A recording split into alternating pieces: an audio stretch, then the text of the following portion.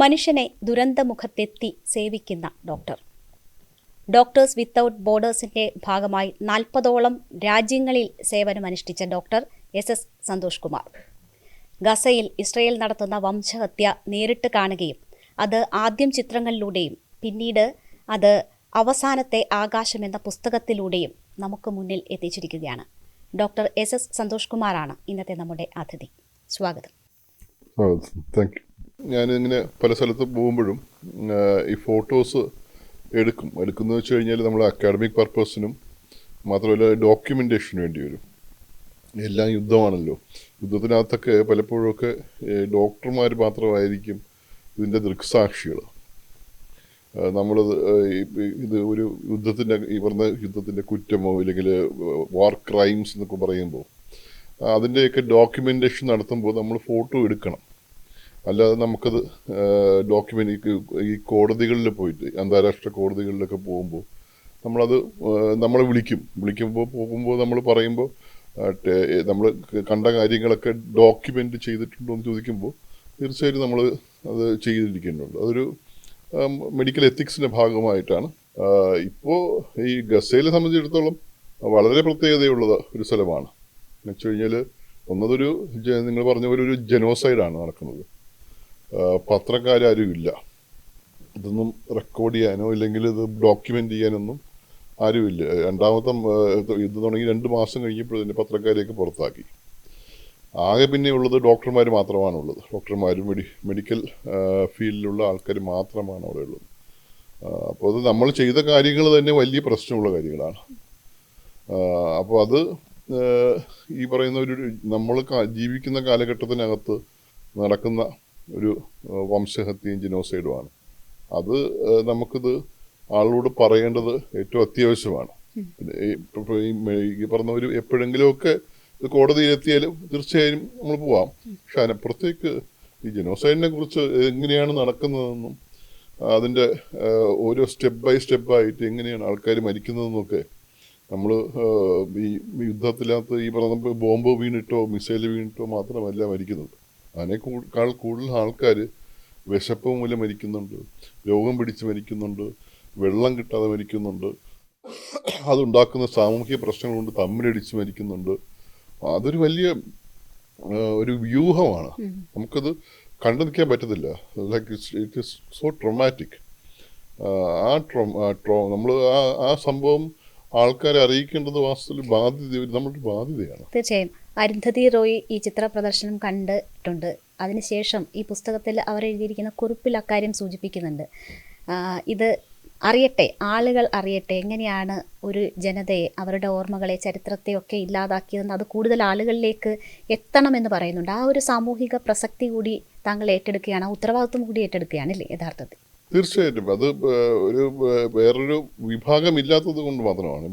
നമ്മളിപ്പോൾ മുമ്പത്തെ പോലെ അവർ പറയുന്നൊരു പറച്ചിലുണ്ട്, നിങ്ങൾ ഡോക്ടർ നിങ്ങൾ വന്നിട്ട് ഇവിടെ ഒരു ജോലിയും ചെയ്തില്ലെങ്കിലും കുഴപ്പമില്ല, ഒരു ജോലിയും ചെയ്തില്ല, വെറുതെ ഇവിടെ നിന്നാൽ മതി, തീർച്ചയായും നിന്നാൽ മതി. ആരെങ്കിലും നമ്മുടെ കൂടെ ഉണ്ട് എന്നൊരു തോന്നലേ, അത് ഭയങ്കര അത്യാവശ്യമാണ്. നിങ്ങൾ വരുമ്പോൾ ആരെങ്കിലുമൊക്കെ എവിടുന്നെങ്കിലുമൊക്കെ ലോകത്തിൻ്റെ സ്ഥലത്തുനിന്ന് ഒരാൾ ഇവിടെ വന്നല്ലോ എന്നൊരു സംഭവം അവർക്ക് ഉണ്ടാക്കുന്ന ഒരു വലിയൊരു അവരുടെ ഏറ്റവും വലിയ അച്ചീവ്മെൻറ്റോ അല്ലെങ്കിൽ അവരുടെ ഏറ്റവും വലിയ ഞങ്ങൾ ചെല്ലുമ്പോൾ ഉള്ളാവുന്ന അവരുടെ ഫീലിംഗ് വാസ്തവത്തിൽ അതാണ്. അപ്പോൾ നിങ്ങൾ എന്ത് ചെയ്തു എന്ന് അടുത്ത തലമുറ ചോദിക്കുമ്പോൾ എന്തെങ്കിലും പറയാനുണ്ടാവണം. അത് അത്യാവശ്യമാണ്. അതുകൊണ്ട് ശരിക്കും പറഞ്ഞാൽ ഇതിനകത്തൊരു ഒരു വലിയൊരു ഉത്തരവാദിത്വമുണ്ട്. തീർച്ചയായിട്ടും അതിന് കൂടെ നിൽക്കുക എന്നുള്ളത് മാത്രമാണ്. ഇപ്പോൾ 40ഓ അതിലധികമോ രാഷ്ട്രങ്ങളിൽ എത്തിയിട്ടുണ്ട്. പലതും ഇതിനേക്കാൾ രൂക്ഷമായി യുദ്ധം നടക്കുന്ന ഇടങ്ങളിലും എത്തിയിട്ടുണ്ട്. ആഫ്രിക്കൻ രാഷ്ട്രങ്ങളിൽ എത്തിയിട്ടുണ്ട്. യുക്രൈനിൽ നിന്നാണ് ഗസയിലേക്ക് എത്തുന്നത് എന്ന് സൂചിപ്പിക്കുന്നുണ്ട്. 3 തവണ ഗസയിൽ പോയിട്ടുണ്ട്. ഈ പോയിടങ്ങളിൽ ഏറ്റവും മനസ്സിനെ പിടിച്ചു കുലുക്കിയ ഇടം ഗസ തന്നെയാണ്. ഏത് ആംഗിളിൽ നിന്ന് വ്യൂ ചെയ്യുന്നതനുസരിച്ചിരിക്കും. ഡേഞ്ചറസ് എന്ന് പറയുന്നത് ഏറ്റവും ഭയങ്കരമായിട്ട് ഒരു നമ്മുടെ ഡേഞ്ചറസ് ആയിട്ടുള്ള സ്ഥലം എന്ന് വെച്ച് കഴിഞ്ഞാൽ വാസ്തവത്തിൽ ഗസയല്ല. അത് ഈ പറയുന്ന സൊമാലിയയോ സെൻട്രൽ ആഫ്രിക്കൻ റിപ്പബ്ലിക്കാണ്. നമ്മൾ ഇവിടെ നിന്ന് കഴിഞ്ഞാൽ കൂടുതൽ ആൾ നിന്ന് കഴിഞ്ഞാൽ മരിച്ചു പോകുന്നൊക്കെ നമുക്ക് അറിയാതെ തോന്നിപ്പോവും. കാരണം തോക്ക് പിടിച്ച് നടക്കുന്ന ആൾക്കാരാണ്. രണ്ട് ഈ ധാർമ്മികതയോ അല്ലെങ്കിൽ ഒരു ഗവൺമെൻറ്റും ഇല്ല. ഒരു ലോലെസ്നെസ്, ജനറൽ ആയിട്ടുള്ള ലോലെസ്നെസ് ഉള്ള സ്ഥലങ്ങളാണ്. സഹായിക്കാനായിട്ട് ചെല്ലുന്ന ആൾക്കാരുണ്ട്, പക്ഷെ അവരെ ബന്ദികളായിട്ട് കഴിഞ്ഞാൽ അവർക്ക് കൂടുതൽ പൈസ കിട്ടും. അങ്ങനെയൊക്കെ ചിന്തിച്ചിട്ട് അവരെ ബന്ദിയാക്കിയിട്ട് അവരെ കൊന്നിട്ടൊക്കെ പൈസ ഉണ്ടാക്കുന്ന ഡോക്ടേഴ്സ് വിത്തൗട്ട് ബോർഡേഴ്സിന്റെ 6ഓളം പ്രവർത്തകർ വാസ്തവത്തിൽ കാണാതായിട്ടുണ്ട്, മരിച്ചു പോയിട്ടുണ്ട്. ഇവിടെ ആണെന്ന് ഇതുവരെ അറിയത്തില്ല. അത്രയ്ക്കും വലിയ പ്രശ്നങ്ങളൊക്കെ നടന്നിട്ടുണ്ട്. അപ്പോൾ അങ്ങനെ ഡേഞ്ചറസ് എന്ന് പറയുന്ന വാസ്തവത്തിൽ അതൊക്കെയാണ്. പക്ഷേ ഇവിടെ ഗസയിൽ വാസ്തവത്തിൽ അങ്ങനെ ഒരു ഡേഞ്ചറസ് സ്ഥലമാണെന്ന് ചോദിച്ചു കഴിഞ്ഞാൽ ശരിക്കും നമ്മൾ ഈ നാസർ ഹോസ്പിറ്റലിലെ ബോംബിങ്ങിനൊക്കെ ഞാൻ ആ കെട്ടിടത്തിനകത്താണ് നിൽക്കുന്നത്. കെട്ടിടം മുകളിൽ നിന്ന് ബോംബ് ചെയ്യുന്നു, ഞാൻ താഴെ നമ്മൾ കാഷ്വാലിറ്റി വരുന്നു. അതുപോലെ തിരിച്ചു വരുന്ന സമയത്ത്, ഫസ്റ്റ് ടൈം തിരിച്ചു വരുന്ന സമയത്തൊക്കെ നമ്മളൊരു 50 മീറ്റർ അപ്പുറത്തൊക്കെ മിസൈലൊക്കെ വന്ന് വീഴുന്നുണ്ട്. That might be dangerous. പക്ഷേ ഡേഞ്ചറസിനെ കാട്ടിയും നമ്മളെ പിടിച്ചു കുലുക്കുന്നത് മനുഷ്യരുടെ ഡിഗ്നിറ്റി ഇല്ലാതാവുന്ന ഒരു അവസ്ഥയാണ്. ആത്മാഭിമാനം എന്ന് പറയുന്നത് ഒരു ജനതയുടെ മുഴുവൻ ആത്മാഭിമാനമൊക്കെ തകർന്നു പോകുന്ന ഒരു ഏർപ്പാടുണ്ട്. നമ്മൾ ആദ്യത്തെ പ്രാവശ്യമൊക്കെ ഞാനിത് ഡിസ്ക്രൈബ് ചെയ്തിട്ടുണ്ട്. ഫസ്റ്റ് ടൈമൊക്കെ പോകുമ്പോൾ വെള്ളമില്ല, വാട്ടർ ട്രീറ്റ്മെൻറ്റ് പ്ലാന്റൊക്കെ ക്ലോസ് ചെയ്തു, അല്ലെങ്കിൽ ബോംബിട്ട് തകർത്തു. വാട്ടർ പൈപ്പ് ലൈൻസ് ഇല്ല, ഈ പറയുന്ന ഡ്രെയിനേജ് സിസ്റ്റം മുഴുവൻ ബോംബ് ചെയ്തു, സീവേജ് ട്രീറ്റ്മെൻറ്റ് പ്ലാന്റ് ഒന്നുമില്ല. നമ്മളിത് ഒരു ടോയ്ലറ്റൊക്കെ ഉപയോഗിക്കുന്നതേ ഒരു ദിവസം 1500 മുതൽ 2000 പേരാണ് ഉപയോഗിക്കുന്നത്. ഒരു ടോയ്ലറ്റ് ഉപയോഗിക്കാൻ വെള്ളവും ഇല്ല അതിനപ്പുറത്ത്. അപ്പം ഇതെല്ലാം ഒഴുകി അങ്ങ് പരക്കുകയാണ്. ആ പ്രദേശത്ത് ചെന്ന് കഴിഞ്ഞാൽ ഈ പറയുന്ന സൾഫർ ഡയോക്സൈഡോ മീഥേൻ്റെയും ഹൈഡ്രജൻ സൾഫൈഡിൻ്റെ മണം അങ്ങ് നമ്മളെ മൂക്കിലേക്ക് തുളച്ച് കയറും. ഈ തുറന്നിട്ട ഓട പോലെയാണ് മുഴുവൻ സ്ഥലവും. 35% ആൾക്കാർക്ക് ഡയറിയ. എല്ലാ ദിവസവും ഔട്ട് ബ്രേക്കാണ്. ഓരോ ദിവസവും ഈ ഒരു ടൈഫോയിഡ് ആണെങ്കിൽ അടുത്ത ദിവസം കോളറ, അടുത്ത ദിവസം ഡിസെൻട്രി, അടുത്ത ദിവസം ജിയാഡിയാസിസ്, ഇങ്ങനെ ഓരോ സ്ഥലത്തുനിന്ന് ഇങ്ങനെ പൊട്ടി പുറപ്പെടുകയാണ്. ഈ പറഞ്ഞ നമ്മൾ ഈ ഡയറി എന്നൊക്കെ പറഞ്ഞത് നമുക്കിത് മനസ്സിലാക്കാൻ കോവിഡിനൊക്കെ ആണെങ്കിൽ, കോവിഡ് കാലത്ത് നമ്മൾ ജീവിച്ച ആളുകളാണല്ലോ. നമ്മൾ ചുമച്ച് കുരച്ച് രക്തം തുപ്പിയൊക്കെ മരിക്കുന്നത് കുറച്ചുകൂടെ ഭേദമാണ്. ഒരു ബെഡെങ്കിലുമൊക്കെ ഉണ്ട്, ICUവിൽ വേണ്ടി കിടന്നിട്ടാണല്ലോ. നമ്മളിത് ഒരു ടോയ്ലറ്റിൽ മുമ്പ് ചെല്ലുമ്പോൾ 200 പേരാണ് ക്യൂവിൽ. നിങ്ങൾ മനസ്സിലാക്കുക, നമ്മൾ അപ്പം മരിച്ചു. നമ്മൾ ഈ 200 പേര് ക്യൂ കഴിഞ്ഞിട്ട് അപ്പുറത്ത് പോകാൻ പറ്റില്ലെന്ന് നമുക്ക് ഉറപ്പാണ്. ഇത്രയും പേര് ടോയ്ലറ്റിൽ പോയിട്ട് നമ്മൾ ഈ പറഞ്ഞ ഒരു ഡയറി ഇരിക്കുന്ന സമയത്ത് പറ്റില്ലെന്ന് ഉറപ്പാണ്. അയാൾ അപ്പം മരിച്ചു. വാസ്തവത്തിൽ അയാൾ എന്ത് ചെയ്യാൻ, അയാൾ ചുറ്റും നോക്കും, ഒരു മറയുള്ള സ്ഥലം നോക്കും. ഒരു സ്ഥലവും ഇല്ല, മറയില്ല. നിൽക്കുന്നിടത്ത് അങ്ങ് ഇരിക്കാൻ തോന്നും ആൾക്കാർക്ക്. അതൊന്നല്ല, നമ്മൾ അതിൻ്റെ വലിയൊരു ക്യാമ്പൊക്കെ ഉണ്ട്.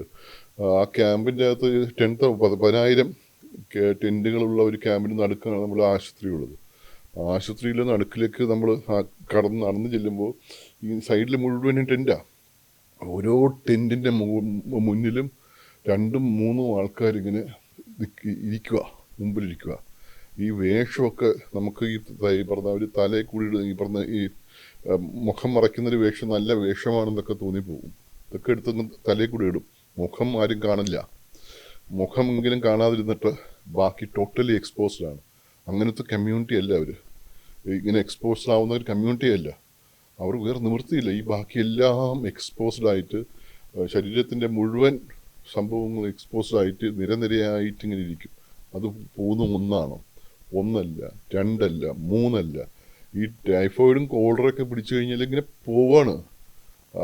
അവസാനം ഇത് കൊണ്ടുപോകാനാളില്ല, ഒരു ആശുപത്രി കൊണ്ടുപോകാനാളില്ല, ഒരു ഗുളിക കൊടുക്കാനാളില്ല. അവസാനം അതിന് പുറത്തുകൂടെ മറിഞ്ഞ് വീഴും. ഈ സ്വന്തം വിസർജ്യത്തിൻ്റെ പുറത്തുകൂടെ ആൾക്കാരെങ്ങ് മറിഞ്ഞ് വീഴും. അവിടെ കിടന്ന് അത് ഇങ്ങനെ വിസർജിക്കും. രാത്രി മുഴുവൻ ഇങ്ങനെ നടന്നിട്ട് രാവിലെ ആകുമ്പോൾ മിക്കവർക്കും മരിച്ചിട്ടുണ്ടാവും. അതിഭീകരമായ മണം. അതൊക്കെ എടുക്കാനായിട്ട് ഒരു മനുഷ്യൻ അങ്ങോട്ട് പോവില്ല. ബുൾഡോസർ വന്നിട്ട് വലിയൊരു കുഴി കുഴിക്കും. ഇവരെല്ലാം ഈ പറഞ്ഞ എന്നിട്ട് ഈ ബുൾഡോസറിൻ്റെ ഇത് കൊണ്ടാണ് ഇവരെല്ലാം കോരിയെടുക്കുന്നത്. ഇതെല്ലാം കോരിയെടുത്തുകൊണ്ട് പോയി മണ്ണും ആയിട്ടൊക്കെ ആ വലിയ കുഴിയിലങ്ങ് തള്ളും. നമുക്ക് ഈ പറഞ്ഞ ഒരു ജനത മുഴുവൻ അങ്ങ് ഡിഗ്നിറ്റി ഇല്ലാതെ മരിച്ചു പോവാ. ഇറ്റ്സ് ലൈക്ക് ടോട്ടലി നമുക്കത് കണ്ടു നിൽക്കാൻ പറ്റില്ല. അത് ഈ പറയുന്ന നമ്മൾ കാഷ്വാലിറ്റിയിലൊക്കെ ഇഷ്ടംപോലെ പേഷ്യൻസൊക്കെ വരും, നമ്മൾ കാണും, പരിക്കൊക്കെ നമുക്ക് കാണാം, അത് ചികിത്സിക്കാനൊക്കെ പറ്റും. പക്ഷേ ഇത് നമുക്ക് ഇതുപോലെ തന്നെ വിശപ്പിൻ്റെ കാര്യം, ഇങ്ങനെ ഓരോ കാര്യം എടുത്തു കഴിയുമ്പോഴും കുട്ടികൾ മരിക്കുന്ന സംഭവം, ഒരു കുട്ടിയുടെ പുറത്തൊക്കെ ഇങ്ങനെ ഇങ്ങനെ എത്ര വെടിയേൽക്കൊണ്ടാണ് മരിക്കുന്നത്. ഇതൊക്കെ നമ്മൾ കാണുമ്പോൾ നമ്മൾ ഒരു മനുഷ്യരല്ലേന്ന്, മനുഷ്യരേക്ക് ഇങ്ങനെയൊക്കെ ചെയ്യാവോ എന്നൊക്കെ നമ്മൾ തോന്നിപ്പോവും. സോ ഇറ്റ്സ് ലൈക്ക് ഗസ വാസ്തവത്തിൽ ആ കാര്യത്തിലാണ് നമ്മൾ ഒരു മനുഷ്യനെന്ന നിലയിൽ നമുക്ക് ഇങ്ങനെ ഒരിക്കലും ജീവിക്കരുതെന്ന്, നമ്മൾ മനുഷ്യനായിട്ട് ജീവിക്കരുതെന്നൊക്കെ തോന്നിപ്പോവും. ഹോസ്പിറ്റലുകൾ ആക്രമിക്കരുത് എന്നത് യുദ്ധത്തിൽ തന്നെയുള്ളൊരു മര്യാദയാണ്. പക്ഷേ ആ ഹോസ്പിറ്റലുകൾ പോലും ലക്ഷ്യമിടുന്നു എന്ന വാർത്തകളാണ് നമുക്കൊക്കെ വായിക്കേണ്ടി വന്നിട്ടുള്ളത്. അവിടെ ഹോസ്പിറ്റലുകൾ ബാക്കിയുണ്ടോ? ഇനി എന്തെങ്കിലും അങ്ങനെ അവശേഷിക്കുന്നുണ്ടോ? എന്താണ് യഥാർത്ഥത്തിൽ ആ യുദ്ധ കുറ്റകൃത്യങ്ങൾ എന്ന് പറയുന്ന ഇസ്രയേലിൻ്റെ ഇടപെടലുകൾ യഥാർത്ഥത്തിൽ എന്താണ് മനസ്സിലാക്കിയിട്ടുള്ളത് നേരിട്ട്? ബ്ലേറ്റൻ്റ് ആയിട്ട് പകൽ വെളിച്ചത്തിൽ നടക്കുന്ന ബോംബിംഗ് ആണ് അത്. ഈ പറഞ്ഞ ഇപ്പോൾ അവിടെ അവശേഷിച്ചിട്ടുള്ള ഈ ആശുപത്രിയിൽ എനിക്ക് തോന്നുന്നു 4 ആശുപത്രികൾ മാത്രമേ ഉള്ളൂ ഒരു ആശുപത്രി എന്ന നിലവാരത്തിൽ വർക്ക് ചെയ്യുന്നത്. ഒന്ന് അൽ-അക്സ ആശുപത്രി, ഡെയർ എൽ ബലയിലെ ആശുപത്രി, നാസർ ആശുപത്രി, അൽ ഷിഫ ആശുപത്രി, ഇവിടെ ഇങ്ങനത്തെ ഗാസയിലുള്ള അൽ ഷിഫ ആശുപത്രി, അതിന് ബെത്ലഹേം ക്രിസ്ത്യൻസ് നടത്തുന്ന വേറൊരു ഹോസ്പിറ്റലുണ്ട്. ഈ 4 ഹോസ്പിറ്റൽ അല്ലാണ്ട് പിന്നെ ബാക്കിയെല്ലാം ഫീൽഡ് ഹോസ്പിറ്റലാണ്. അൽ ഷിഫ ഹോസ്പിറ്റൽ ബോംബ് ചെയ്തുമ്പോൾ തന്നെ തുടങ്ങുകയാണ്. ഫസ്റ്റ് ബോംബിങ് തന്നെ വാസ്തവത്തിൽ അൽ ഷിഫ ഹോസ്പിറ്റലിൽ ബോംബ് ചെയ്തിട്ടാണ് തുടങ്ങുന്നത്. അതിൻ്റെ മേധാവിയെ അവർ അപ്പം തന്നെ പിടിച്ചുകൊണ്ട് പോയി. ഇത് അവർ നോട്ടീസ് കൊടുത്തപ്പോൾ ഒരു ഹോസ്പിറ്റൽ 2000 പേര് കിടക്കുന്ന ഹോസ്പിറ്റലൊക്കെ ഷിഫ്റ്റ് ചെയ്ത് നടക്കുമോ? ആംബുലൻസ് ഇല്ല, അടുത്ത ഷിഫ്റ്റ് ചെയ്യാൻ സ്ഥലമില്ല, റോഡെല്ലാം പൊളിഞ്ഞു. അങ്ങനെ ഒരിക്കലും പറ്റാത്ത ഈ പറഞ്ഞ പേഷ്യൻസൊക്കെ വെന്റിലേറ്റർ കിടക്കുന്നു, കാലൊടിഞ്ഞ് കിടക്കുന്നു, ന്യൂ ബോൺസ്. ഇവരെയൊക്കെ എങ്ങനെ ഷിഫ്റ്റ് ചെയ്യാൻ പറ്റുക? വെറുതെ ചുമ്മാ ഷിഫ്റ്റ് ചെയ്യാൻ പറഞ്ഞാൽ നടക്കുന്ന കാര്യമില്ലല്ലോ. എന്നിട്ട് ആ ആശുപത്രി ബോംബിടുമെന്ന് പറഞ്ഞ് 3 പ്രാവശ്യം നോട്ടീസ് കൊടുത്തു. അപ്പോൾ ഇവർ നമുക്ക് പറ്റത്തില്ല, നിങ്ങൾ ഈ വന്ന് നോക്ക്, ഇതെല്ലാം ഇവർക്കെല്ലാം കാണാൻ പറ്റുന്നതാണ്. കണ്ടിട്ട് 7 ദിവസം കഴിഞ്ഞപ്പോൾ ലാസ്റ്റ് നോട്ടീസാണെന്ന് പറഞ്ഞിട്ട് ഹെലികോപ്റ്ററിൽ നിന്ന് ഈ പാംപ്ലെറ്റ്സ് വിതരണം ചെയ്തു. 8ാം ദിവസം ബോംബ് ചെയ്തു. എത്ര പേരാണ് മരിച്ചത്? ഏകദേശം 50ഓളം പേര് ആ ഒരു ഒറ്റ ഇൻസിഡൻറ്റിൽ അങ്ങനെ മരിച്ചു. ബാക്കിയുള്ളത് ഈ പേഷ്യൻസൊക്കെ എങ്ങനെ പോയെന്നോ എവിടെ പോയെന്നോ ആർക്കും അറിയില്ല. ഈ പറയുന്ന ഈ മോളിൽ നിന്നൊക്കെ താഴെ വീണ പേഷ്യൻസിനെയൊക്കെ ബാക്കി പട്ടികൾ കടിച്ചു കീറുന്ന രംഗം വരെയുണ്ട്, അവിടെ കാണുന്നുണ്ട്. ഇതെല്ലാം താഴെ വീണിട്ട് പട്ടികൾ കടിച്ച് കീറുന്ന സംഭവവും, മോളിൽ നിന്ന് ഇവരെയൊക്കെ ടാർഗറ്റ് ചെയ്യുന്ന സംഭവങ്ങളും, ഡ്രോണുകൾ വന്ന് ഓരോരുത്തരെയും നോക്കുന്ന സംഭവങ്ങളും എല്ലാം നടക്കുന്നുണ്ട്. അതോടുകൂടി ആ ആശുപത്രി അങ്ങ് പൂട്ടി. രണ്ടാമത് ഈ അൽ-അക്സ ആശുപത്രിയിലായിരുന്നു സെക്കൻഡ് ബോംബിങ്. അത് നമ്മൾ പോകുന്നതിന് തൊട്ട് മുമ്പാണ്. നാസർ ആശുപത്രി ക്ലാസിക്കലാണ്, അത് ഡബിൾ ടാപ്പ്. ഒരു ഹോസ്പിറ്റലിൽ അതിനകത്ത് തെളിവൊന്നും കൂടുതലുണ്ട്. ഒരേ സ്ഥലത്ത് 2 മിസൈൽ, ഒറ്റ സ്ഥലത്ത് 2 മിസൈലാണ്. അതിൻ്റെ ഏറ്റവും മുകളിലത്തെ നിലയിൽ താമസിച്ചുകൊണ്ടിരുന്ന മെഡിക്കൽ വിദ്യാർത്ഥികളും നഴ്സിംഗ് വിദ്യാർത്ഥികളും പിന്നെ കുറച്ച് പത്രപ്രവർത്തകർ ഉണ്ടെന്ന് പറഞ്ഞിട്ടാണ് അവരെ ബോംബ് ചെയ്തത്, മിസൈൽ അയച്ചത്. ആ ഫസ്റ്റ് മിസൈലിൽ ഏകദേശം 10-30 പേര് മരിച്ചു. അവരെ ആശുപത്രി ജീവനക്കാരില്ലേ, അവരെടുക്കാനായിട്ട് പുറത്തുനിന്നുള്ള ആ സ്റ്റെപ്പ് വഴി എല്ലാവരും കൂടെ കയറി 10 മിനിറ്റ് ആയപ്പോഴേക്കും അടുത്ത ബോംബ്. സെക്കൻഡ് ബോംബിൽ ഈ കയറുന്ന ഈ രക്ഷാപ്രവർത്തനം നടത്തുന്ന ആൾക്കാരാണ് മരിക്കുന്നത്. 60 പേരൊക്കെയാണ് മരിക്കുന്നത്. അത് പൊട്ടി വീണിട്ട് എൻ്റെ കൂടെ ജോലി ചെയ്യുന്ന നൗഫൽ, ഡോക്ടർ നൗഫൽ എൻ്റെ കൂടെ ജോലി ചെയ്യുക. പിന്നെ നൗഫൽ അയാൾ എൻ്റെ കൂടെ നിൽക്കുക. അയാളെ ഫോണും ഈ പറഞ്ഞ അടിക്കുന്നുണ്ട്. ഈ ബഹളത്തിൽ എന്നെ സംസാരിക്കാൻ പറ്റുന്നില്ല അയാൾക്ക്. ഈ അമ്മയാണ് വിളിക്കുന്നത്, അപ്പം അയാൾക്ക് സംസാരിക്കാൻ പറ്റുന്നില്ല. അയാൾ പറഞ്ഞില്ലെങ്കിൽ ഈ അമ്മ തിരിച്ച് ഇങ്ങോട്ട് വരും. അടുത്ത ബോംബിങ്ങിന് അവർ വിടുമെന്ന് വിചാരിച്ചിട്ട് ഇവൻ പറഞ്ഞു, ഞാൻ പുറത്ത് പോയിട്ട് റേഞ്ചുള്ള സ്ഥലത്ത് പോയിട്ട് അമ്മയൊന്ന് വിളിച്ച് സമാധാനിപ്പിച്ചിട്ട് വരാമെന്ന് പറഞ്ഞിട്ട് അവൻ പുറത്ത് പോയതാണ് സെക്കൻഡ് ബോംബിങ് കാണുന്നത്. അതെല്ലാം ഇടിഞ്ഞ് അവൻ്റെ പുറത്തോട്ട് വീണു. പിന്നെ പിന്നെ ഇത് ഡെഡ് ബോഡിയാണ് കാണുന്നത്. പിന്നെ 3 മിനിറ്റിനകം മരിച്ചു വന്നു.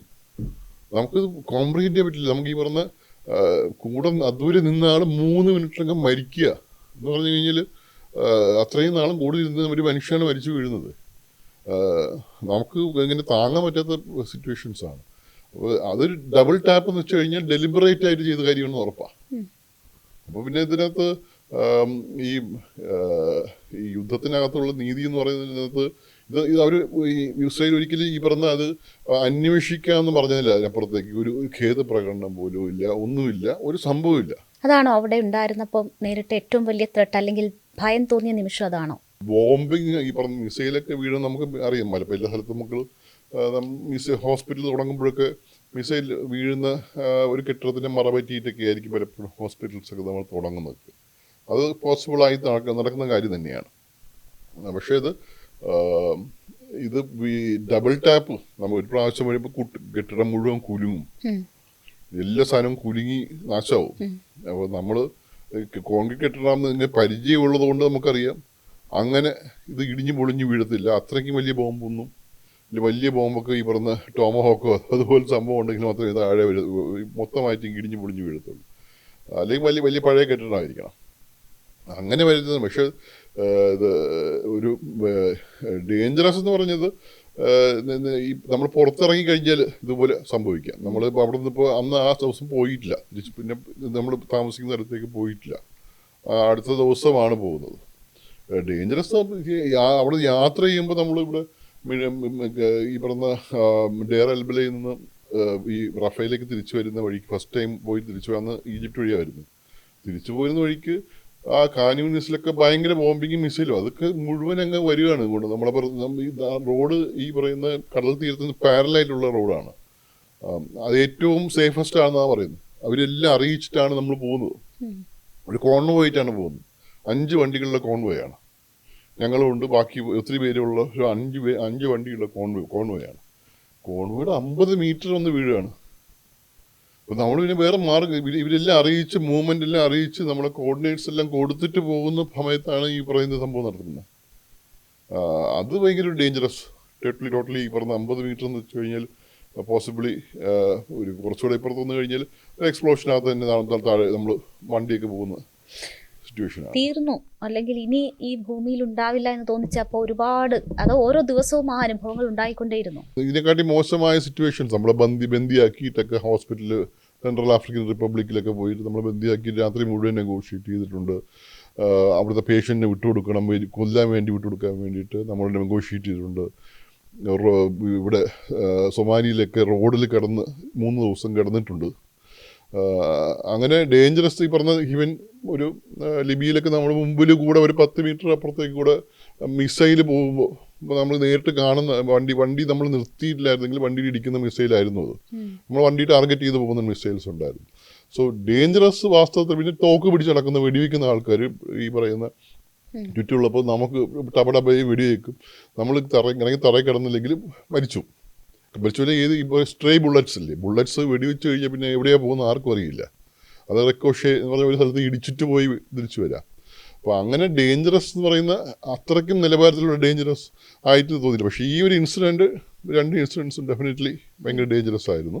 അപ്പോൾ കെട്ടിടങ്ങളുടെ കാര്യം പറഞ്ഞല്ലോ, കെട്ടിടങ്ങൾ നമ്മൾ ദൃശ്യങ്ങളിൽ കാണുന്ന കെട്ടിടങ്ങൾ അസ്ഥികൂടങ്ങൾ മാത്രമാണ്. അപ്പോൾ ഒറ്റ ബോംബിങ്ങിലൊന്നും ഒരു കെട്ടിടം അങ്ങനെ തകരില്ല എന്ന് ഡോക്ടർ പറയുന്നു. അപ്പോൾ എത്ര തവണ അതൊക്കെ ടാർഗറ്റ് ചെയ്യപ്പെട്ടിട്ടുണ്ടാകും? അതിപ്പോഴും നടക്കുന്നുണ്ട്. ഈ നമ്മളിപ്പോൾ അവിടെ ഗസയിലേക്ക് പോയി കഴിഞ്ഞാൽ ഗസയിൽ ഒരിക്കലും ഇസ്രയേൽ സേനയെ കാണാൻ പറ്റില്ല. അവർ പുറത്തുനിന്ന് പെരിഫറിയിൽ നിന്ന് ഈ പറഞ്ഞപ്പോൾ നേരത്തെ ഇസ്രയേലിൽ ഈ യുദ്ധം തുടങ്ങുന്നതിന് മുമ്പ് ഒരു 100 കിലോമീറ്റർ നീളവും ഖാൻ യൂനിസ് ഭാഗത്തൊക്കെ 30 കിലോമീറ്റർ വീതിയുമുള്ള ഒരു സ്ട്രിപ്പാണ്. ചെറിയ സ്ട്രിപ്പാണ്, വലിയ സ്ഥലമൊന്നുമായിട്ട് നമുക്ക് കാണാൻ പറ്റില്ല. അതിനകത്താണ് 21 ലക്ഷം പേര് താമസിക്കുന്നത്. അതിപ്പോൾ ചുരുങ്ങി 1/3 പോപ്പുലേഷൻ 21 lakhs ആയിരുന്നു. ഇപ്പോൾ ഒഫീഷ്യലി അവർ 90,000 ആണ് മരിച്ചതെന്ന് പറയുന്നുണ്ടെങ്കിലും 17 lakhs വരെയെങ്കിലും ആണ് ഇപ്പോഴത്തെ പോപ്പുലേഷൻ.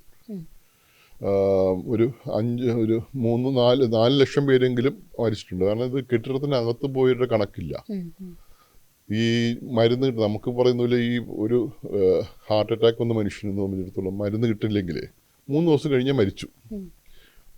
ഈ ഡയാലിസിസ് ചെയ്യുന്ന ആൾക്ക് ഡയാലിസിസ് ചെയ്യാൻ പറ്റിയില്ലെങ്കിൽ 1 ആഴ്ച കഴിഞ്ഞ് മരിച്ചു. ഹൈപ്പർ ടെൻഷനുള്ളവർക്ക് ഗുളിക കിട്ടിയില്ല, 1 ആഴ്ച കഴിയുമ്പോൾ പക്ഷാതം കിട്ടി മരിച്ചു. ഇങ്ങനെ കുട്ടികളുടെ ഈ പറഞ്ഞ ഡയറിയ പിടിച്ച് മരിക്കുന്നവരുണ്ട്, ന്യൂ ബോൺ ഡെത്ത്സ്, ഈ പറയുന്ന മലീമസമായിട്ടുള്ള സ്ഥലത്താണ് എല്ലാവരും പ്രസവിക്കുന്നത്. ലാസ്റ്റ് അവിടെ ഒരാളും പ്രസവിക്കാൻ നിൽക്കില്ല. ലാസ്റ്റ് മിനിറ്റ് ആകുമ്പോൾ സിസേറിയൻ സെക്ഷനായി ചെല്ലും. സിസേറിയൻ സെക്ഷൻ ചെയ്ത് കഴിഞ്ഞിട്ട് അരമണിക്കൂർ കഴിയുമ്പോൾ ഡിസ്ചാർജ് ആകും. ഈ കുട്ടികളെല്ലാം തിരിച്ചു വരുന്നത് എവിടെയാണ്? ഈ പറയുന്ന വളരെ മലീമസമായ സ്ഥലത്താണ് വരുന്നത്. എല്ലാം ഇൻഫെക്ഷൻ അടിച്ച് 50% ആണ് അന്നത്തെ ഇൻഫൻറ്റ് മോർട്ടാലിറ്റി റേറ്റ് ആ സമയത്തൊക്കെ. അത് മരിച്ചത് ആരും ഉത്തരവാദിത്തം, അത് ഈ കണക്കിൽ പെടില്ല. അങ്ങനെ കണക്കിൽപ്പെടാത്ത കാര്യങ്ങളാണ് വാസ്തവത്തിൽ ഏറ്റവും കൂടുതലുള്ളത്. ഇത് കണക്കിൽപ്പെടുന്ന വെടിയേറ്റ് മരിച്ചതെന്നോ പോസ്റ്റ്മോർട്ടം നടത്തിയെന്നോ അല്ലെങ്കിൽ ആശുപത്രിയിൽ പോയി മരിച്ച ആൾക്കാർ മാത്രമാണ് നമ്മുടെ കണക്കിൽ വരുന്നത്. ബാക്കിയുള്ളവരൊക്കെ പോയിട്ടുണ്ട്. അപ്പോൾ ആ സംഭവമൊന്നും കണക്കിലില്ല. അപ്പോൾ ഒരു മൊത്തം പോപ്പുലേഷൻ്റെ ഒരു 4 ലക്ഷമെങ്കിലും വാസ്തവത്തിൽ അവിടെ കാണുന്നില്ല എന്നുള്ളത്. അതിനകത്ത് ബഹുഭൂരിപക്ഷം പേരും കുട്ടികളും സ്ത്രീകളുമാണ് എന്നുള്ളതാണ്. എന്താണ് ഈ ഡോക്ടർമാർ അവിടെ നേരിടുന്ന ഏറ്റവും വലിയ പ്രതിസന്ധി എന്താണ്? അവിടേക്ക് കുടിക്കാൻ വെള്ളമില്ല, ഭക്ഷണമില്ല, ഡയറിയ വന്നാൽ പോലും മരുന്നില്ല. അവിടെ ആ യുദ്ധമുഖത്ത് ഈ അടിസ്ഥാന സൗകര്യങ്ങൾ പോലും ഇല്ലാത്തടുത്ത് ഡോക്ടർമാർക്ക് എന്താണ് ചെയ്യാൻ പറ്റുന്നത്? അവർക്ക് വേണ്ടുന്ന മെഡിസിൻ, ആശുപത്രികൾ പോലും ആക്രമിക്കപ്പെടുമ്പോൾ മറ്റ് വിദഗ്ധ ചികിത്സ, ഇതൊക്കെ സാധ്യമാകുന്ന ഒരു സാഹചര്യമുണ്ടോ? നമ്മളവിടെ എപ്പോഴും ചെയ്യുന്നതെല്ലാം ഡാമേജ് കൺട്രോൾ അല്ലെങ്കിൽ എമർജൻസീസ് മാത്രമേ ചെയ്യാൻ പറ്റത്തുള്ളൂ. അല്ലാതെ ഒരു ഡെഫിനിറ്റീവ് സർജറീസിനൊക്കെ ഇപ്പോൾ പോലും തുടങ്ങാൻ പറ്റില്ല. കാരണം ഈ അതിന് വേണ്ടിയിട്ടുള്ള സാധന സാമഗ്രികളും യന്ത്രങ്ങളും മെറ്റീരിയൽസും നെയിൽസ്, മരുന്നുകൾ, ഇങ്ങനെയുള്ള ഒന്നും ഇപ്പോഴും എത്തുന്നില്ല. പിന്നെ നമ്മൾ ഈ ആശുപത്രി കാണുന്ന വെച്ച് കഴിഞ്ഞാൽ ഈ കുട്ടികളെ തോളത്തിട്ടിട്ട് വരുന്ന അമ്മമാരും അച്ഛന്മാരും വയസ്സായവരും ഒക്കെയാണ് വരുന്നത്. 1 മണിക്കൂർ മുമ്പൊക്കെ ഇങ്ങനെ ഓടിച്ചാടി നടന്ന കുട്ടികളല്ലേ, തലയും പോയി, കൈയും പോയി, കാലും പോയി, വയറ്റിലൊക്കെ എവിസറേഷൻ അടിച്ച്, നെഞ്ചിലെ വെടികൊണ്ട്, കൈ ഇങ്ങനെ ഒരു വളരെ ഒബ്വിയസ്ലി മരിച്ചു എന്ന് ഉറപ്പുള്ള ആൾക്കാരും കൊണ്ട് വരുന്നതേ.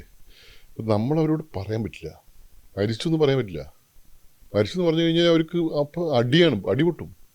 ഈ ബ്ലാക്ക് ഏരിയ എന്ന് പറഞ്ഞിട്ട് ഇവിടെ കുട്ടികളെ ഈ ബാക്കി എല്ലാവരൊക്കെ നിർത്താൻ വേണ്ടി വലിയ സ്ഥലമുണ്ട്. അവിടെ വെച്ചിട്ട് കൗൺസിലിംഗ് നടത്താൻ നടക്കുകയുള്ളൂ. പിന്നെ ഒരു 10-30 പേരെങ്കിലും സർജറിക്ക് വേണ്ടി വരും.